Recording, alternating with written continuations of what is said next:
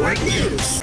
Iba't ibang programang inilatag ng Ministry of Labor and Employment o MOLE Barn bilang pakikisa sa pagdiriwang ng Labor Day sa buong bansa. Ayon kay MOLE Minister Dato Muslimin G. Sema, pagtutulungan at pagkakaisa ang susi sa pagkamit ng matatag na trabaho at kinabukasan para sa bawat bangsamoro. Binigyan din ni Sema ang kahalagahan ng sama-samang pagsisikap sa pagpapalawak ng mga oportunidad para sa lakas ng paggawa sa bangsamoro. Alinsunod sa temang mas matatag na trabaho at kabuhayan, mas matatag na bangsamoro. Patuloy ang ministro sa kanyang paninindigan para protektahan ang kapakanan ng mga manggagawang bangsamoro na isa sa matibay sa pag-angat ng kabuhayan sa rehiyon. Kami po sa Ministry of Labor and Employment ay patuloy na gagampanan ang ating tungkulin para po sa pagprotekta sa kapakanan ng mga manggagawa, pati na rin sa mga management. Ito po ang ating panindigan. Para po maging matatag ang kabuhayan, kinakailangan magtulungan. Kasama mo sa DXMO 90.9 RMN Cotabato, Radyo Manebs Abang Tatak Arimen.